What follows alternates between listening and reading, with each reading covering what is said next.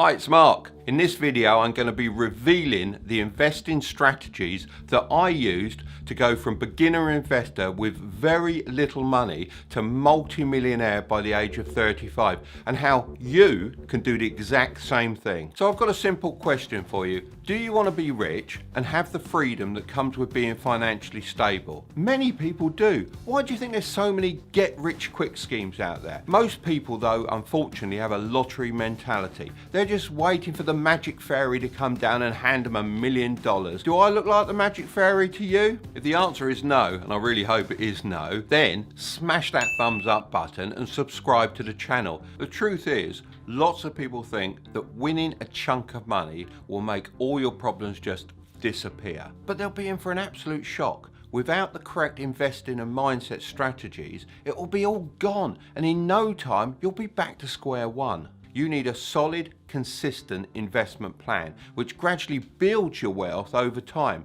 Long-term investing will give great returns. When I was younger, I always wanted to be a race car driver. I just loved everything about cars, but I didn't have enough money to pursue my dreams. But as I started building up my investments, it allowed me to race in multiple championships and win countless trophies like this.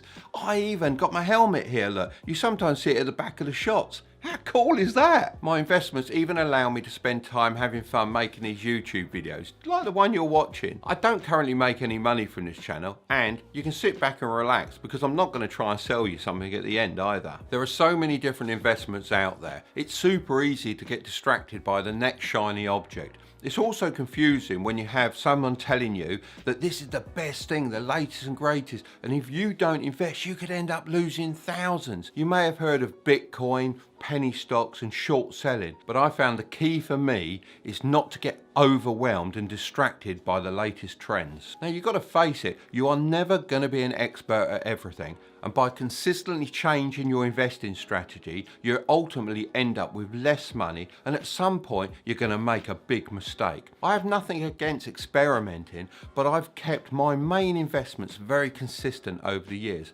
and I make sure to only invest large sums of money into things that I understand completely. I'm not going to pretend that I have all the answers, but I am going to be completely transparent about everything I've done that's helped me acquire a multi-million-dollar net worth. I'm a businessman and not a financial advisor, so I don't consider this financial advice. It's just what I've done and it's worked for me. First of all, you need to create more disposable income. At the end of the day, you need money to invest, and the more money you have, the better, especially during your 20s and 30s. Now, lots of people will say to you, save, save, save. Don't go out with your friends. Don't drink that overpriced coffee. Don't buy that nice car. I don't completely agree. Of course, saving is a big part of this, but you have to enjoy your life. There's really no point making yourself miserable just for the sake of saving an extra few dollars. You should focus most of your time and energy on increasing your income. You can do this by learning new valuable skills, having a side hustle, or building a scalable business. You don't have to settle for money you get from your 9-to-5 job. You need to be focusing your time on finding ways to supplement or replace it. When I was in my early 20s, I realised my income as a carpenter, earning less than $3 an hour, was never going to give me enough money to invest. It hardly even paid my bills. I needed to find a way to dramatically increase this, and this is when I started my journey into the business world. Investing and business really work hand in hand. The saying is very true. The more you learn, the more you earn. And most importantly, the more you can invest. Be really aware of your lifestyle and make sure to keep it in check. Just because you're earning more doesn't mean you should be spending more. Think of someone like, say, I don't know, Ed Sheeran. He has a huge amount of money, yet he keeps his lifestyle in check. He still enjoys the little pleasures of life. If you were happy making, let's say, $40,000 a year, and you managed to increase your income up to $100,000 a year, that means you've got an extra $60K. This should be going straight into a high interest savings account and then into your investments. You know, you don't need to be spending it. Well, there is one slight exception, and that's stage number 2. Pay off all your high interest debts. If you have student loans, credit card bills, or even a payday loan, then these are pulling you down. They're destroying your credit score, which ruins your ability to take advantage of good loans. By paying off these high interest debts first, you'll actually save more money than you could ever hope to make elsewhere. The next stage is to create a freedom fund. This is my name for an emergency fund that puts the power back in your hands. This freedom fund consists of 3 to 5 months of living expenses. It protects you if you decide to quit your job, as well as a lot of other situations such as recessions, depressions, or even worldwide epidemics. Okay, so you've increased your income by learning a valuable skill, or maybe invested in your own business. You've kept your lifestyle in check, you've paid off all your loans, and you've created the freedom fund. Now, and only now, is the time to start looking at other options. Let's start off with the lowest risk option: index funds. An index fund is a collection of investments that you can put your money into and own a percentage of the entire thing. This gives you a fantastic diversification and protects you from poor stock choices. For example, let's say you got $1,000 and you invest it in, I don't know, let's say Apple stock. As they're a big company, right? They're going to be safe. As soon as your money goes in, the company takes a turn for the worse, causing the stock price to crash. The result could be that you lose the majority of your investment. This is where index funds come in. Instead of owning just Apple stock, you could take that $1,000 and invest it in something like the S&P 500, which gives you small shares in Apple, as well as Microsoft, Amazon, Facebook, Visa, Disney, and many more. You're a shareholder of all these major companies.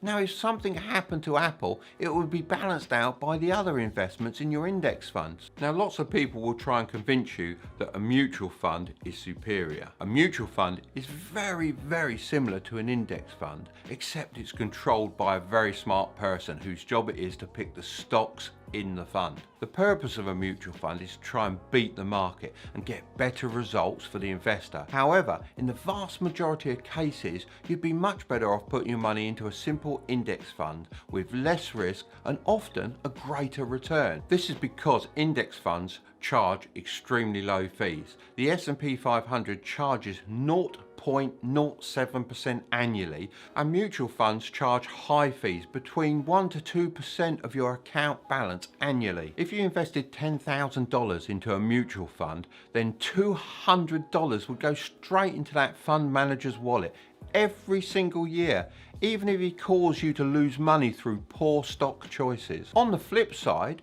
if you had the same amount invested in the S&P 500 index fund, then only $7, yes, just $7 would be leaving your account annually. This is because index funds are passively managed and therefore don't have to pay a manager who may or may not be doing a good job. For long-term investments, I love using Vanguard Index funds, as I like these. They're so easy to use. I'm not affiliated with Vanguard in any way.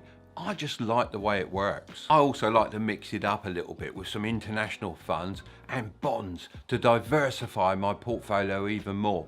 The older you are, the more bonds I recommend you invest in. And I don't mean James Bond either, although he is pretty cool. The investment method I put the majority of my money into is real estate. I am much more of a real estate guy than a stock guy. I like real investments I can feel and touch, but I appreciate that it can be hard to buy properties with little money, but it's certainly something you should be saving for. My first property was a 1-bedroom apartment and I loved it. It was mine. It cost me around $50,000.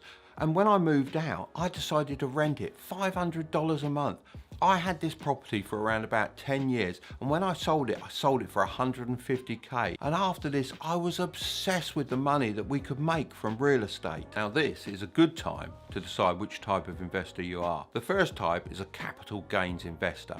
This is someone who likes to buy low and sell high and pocket the difference. These are investors that are interested in buying houses of auctions, or you may have seen the signs outside advertising that we buy your house for cash. They like to take advantage of the situations when people want fast sales. They may then move into the house, do it up and flip it for a profit. They have to keep repeating this process. This can work very, very well, but it is subject to fluctuations in the markets on a year-to-year basis. The second type is a cash flow investor. This is the kind of investor I like to think I am. I'll never buy a property if the rent won't cover the mortgage. I like to follow the 1% rule, meaning if I buy a property for $100,000, then at minimum, I want it to bring me in $1,000 a month. Otherwise, to be honest, I'm not buying it. Now, let's talk about one of the most risky options, individual stocks. I get asked about this type of investment daily, and I understand why. Individual stocks are a very attractive choice to lots of people. This is because with a small investment, you can buy into the market and sell whenever you want. Unlike real estate, when you have to look for a buyer and go through all that whole selling process, at a tap of a button, you have complete access to your funds. When I was in my early 20s, I looked at a few different companies and I invested $5,000 in single stocks and shares. And I'll tell you what, that was a lot of money for me back in those days. And within just 6 months though, I'd made a profit of $100,000. And with that, I could buy a massive warehouse, which really drove my business forward. Make sure you understand what you're investing in. I see many people investing in stocks because their friends said they should. If you don't understand it, it's quite simple. Don't invest. I use 2 methods of valuing stock. The first way is called quantitative analysis. Something that might surprise you is when you Google the price of a stock, that isn't the actual real value. It's more an estimate. I like to look at the company's quarterly earnings reports, which includes things like balance sheets, income and cash flow, to get a real sort of feel for the value of the company. You can easily find this information on the internet. The second way is called qualitative analysis. This isn't about the actual numbers, but more about the abstract qualities that make a company great. A good example of this is Tesla. There is something special about Tesla, from the CEO Elon Musk to the raving fans that are his customers. I also like to take into account the future value of a company based on how their technology will live in the modern world. I believe the move to electric is inevitable, and Tesla are at the forefront of this industry with the most extensive network of superchargers and availability of product. If you do decide to go down the route of individual stocks, then make sure to create a diverse portfolio. Don't just use one sector. You've got to use different things like healthcare, technology, various different things. You really don't want to leave yourself open to huge losses. If you're interested in this, I'll put some links below where you can find some really cool books. You can do this on some great apps such as M1 Finance, Robinhood, and if you're in the UK, you can use Freetrade. I personally like to control and add value to my investments. I want to be able to see how my money is being spent and use my experience, my contacts, to be able to sway the odds in my favour. This brings me finally to my private business investments. This allows me to mix buying shares with my own business expertise. Think Shark Tank and Dragon's Den, but on a much smaller scale. I regularly get messaged about investment opportunities, and in return for my money and knowledge, they give me a stake in their business. Recently, one of my connections out in China contacted me as he wanted to give me shares in his new hotel supply business. This is me and him at the biggest independent hotel show in the UK. He needed someone he could trust that understood the business landscape and also spoke English. He wanted me to help open the doors and the opportunities for him in the English-speaking market. He flew me out to China so we could inspect some of the supply chain and also give me a good idea of what we could offer our potential clients. Now, the nice thing is I'm extending my house at the moment, so I was able to get all sorts of building materials, even a nice hot tub. It's on its way. Should be nice. We'll have to do a video from there one day, but I'm not sure you're going to want to see that one. It might be X-rated. This is just one of the ways that improving your skills and contacts can be a great investment, as it allows you to secure much better deals than somebody who's just offering cash. It can even sometimes lead to free shares in another company. You're going to love this next video. I'm going to leave it just here, but don't click on it just yet. You've guessed it. Destroy that thumbs up button. I really appreciate it. And finally, consider subscribing to the channel if you're interested in increasing your income, and hopefully I'll see you in the next video. What are you waiting for? It's just there. See you later.